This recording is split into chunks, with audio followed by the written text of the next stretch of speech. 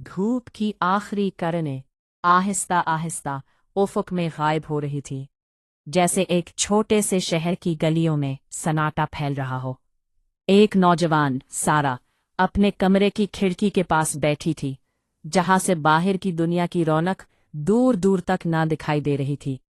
इसका दिल बोझल था, जैसे कोई भारी पत्थर उसके सीने पर दबाव डाले हुए हो। वो अक्सर सोचती, क्या मैं अकेली हूं? क्या कोई मेरी तकलीफ को समझता है? उसके ज़हन में मनफी ख्यालात गूंज रहे थे, जिनमें बेचैनी और खौफ शामिल थे। सारा का दिमाग एक तूफान की मानिंद था, जिसमें अधूरे ख्वाब और खौफनाक यादें गड़मड़ हो रही थीं। हर रात जब वो सोने की कोशिश करती, तो एक नई फिक्र उसके दिमाग में आ जाती। नींद जैसी एक कीमती चीज उससे दूर होती जा रही थी। उसकी आंखें सूरी हुई, सर दर्द से भरा हुआ था और दिल की धड़कनें बेतरतीब हो गई थीं। एक दिन सारा ने ऑनलाइन एक रूहानी तरबियती प्रोग्राम के बारे में सुना। उसने सोचा, शायद ये मेरी मदद कर सकता है।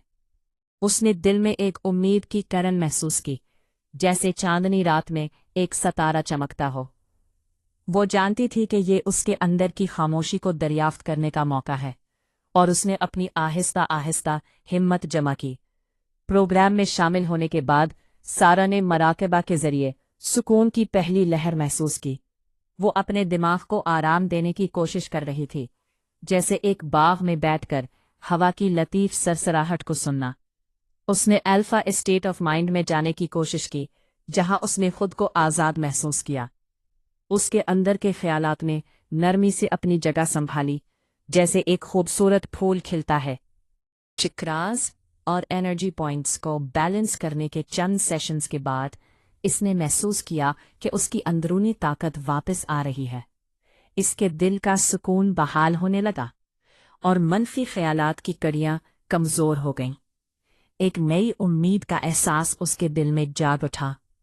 चंद दिनों की अमली मश्क में सारा की जिंदगी में एक नया बाब खोला। वो खुद से खुदा तक के सफ़र पर निकल पड़ी, जहां उसने अपनी खामोशी को दरियाफ्त किया। उसकी आंखों में एक नई चमक थी और उसके दिल में एक नया अज़म। अब जब भी वो रात को सोने की कोशिश करती, तो वो जानती थी कि सच्चाई और सुकून उसके करीब है। इसने अपने तजुर्बात का इश्तराक करने का फैसला किया।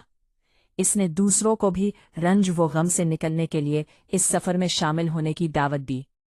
सारा ने खुद को बदला और उसने ये सीखा कि जिंदगी की राहें हर वक्त हमवार नहीं होती।